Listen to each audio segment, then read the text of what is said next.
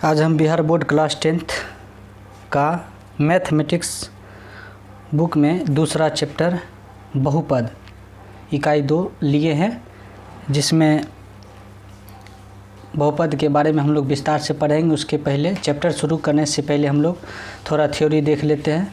तो बहुपद आखिर ढेर सारे पद को हम लोग, अगर ढेर सारे पद जो होता है एक सिचुएशन में और एक समान रूप से एक समीकरण के रूप में यदि ढाला जाता है तो वो एक बहुपद का रूप ले लेता है। यहाँ पर स्पष्ट किया गया है, कहा गया है कि बहुपदों को, पॉलिनोमियल्स एवं उनके घातों को डिग्री के बारे में हम लोग 9th में ही पढ़ चुके हैं। लेकिन यहाँ जो उच्चतम घात होता है, पावर जो होता है, वो बहुपद की घात कहलाता है। उच्चतम, हमेशा उच्चतम। और एक दूसरा दिया गया है यहाँ पे, जिस समीकरण का घात एक के बहुपद को क्या हम लोग कहेंगे? रैखिक बहुपद, लीनियर पॉलिनोमियल्स कहेंगे।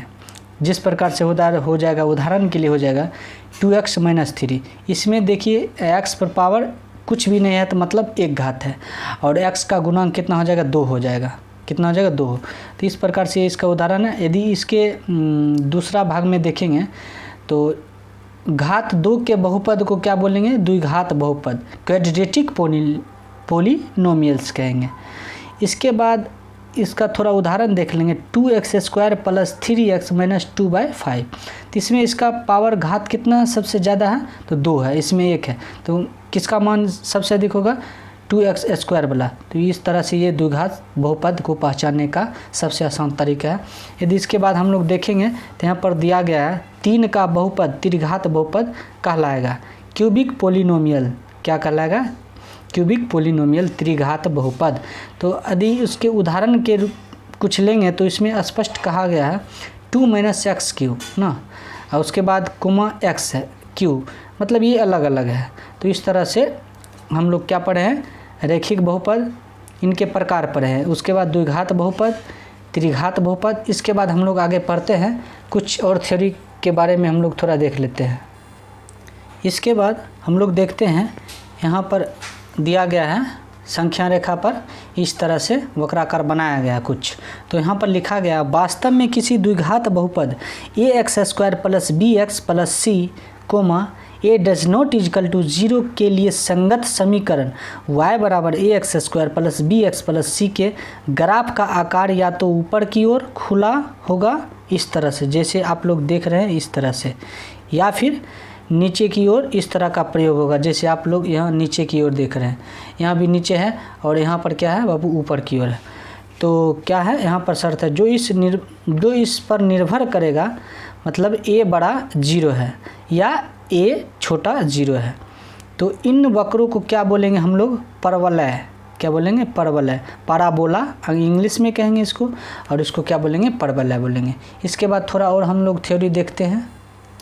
इसके बाद अगला थ्योरी है कि एक फॉर्मूला होता है बहुपद के भाग में, या फिर हम लोग साधारणतः भाग देखते हैं तो उसमें होता है भाज्य बराबर भाजक गुने भागफल जोड़ शेषफल।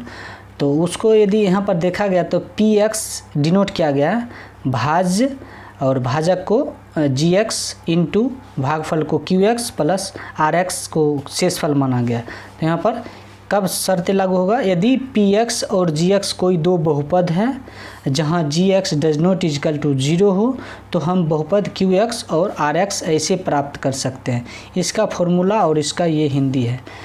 तो ये जो है विभाजन एल्गोरिदम विधि द्वारा जब बहुपद का भाग इस तरह से बनाया जाता है तो उसमें इसको चेक करने के लिए इस फॉर्मूला को बैठाकर चेक किया जाता है, आखिर ये मेरा भाग सही है या फिर गलत है।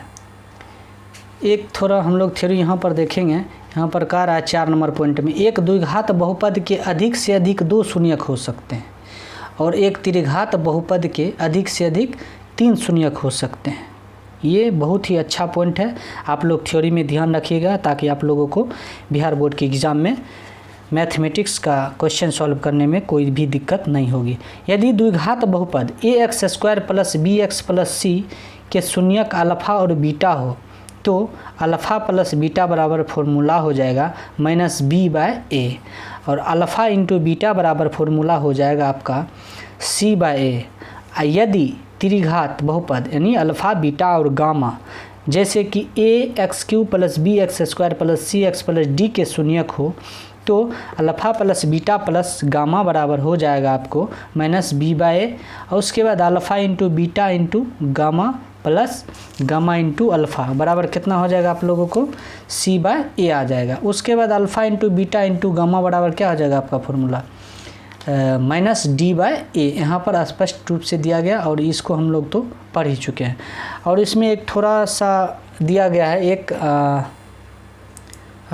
अल्फ़ा इंटू बीटा यूनानी भाषा के अक्षर हैं जिन्हें क्रमशः अल्फ़ा और बीटा द्वारा उच्चारित किया जाता है। बाद में एक और अक्षर जब आया गामा, तो इसे गामा से उच्चारित किया गया था। तो आज इसका थ्योरी ख़त्म हुआ है बहुपद चैप्टर का। तो हम लोग अगला चैप्टर में 2.1 चैप्टर हम लोग बनाएंगे। तब तक के लिए धन्यवाद।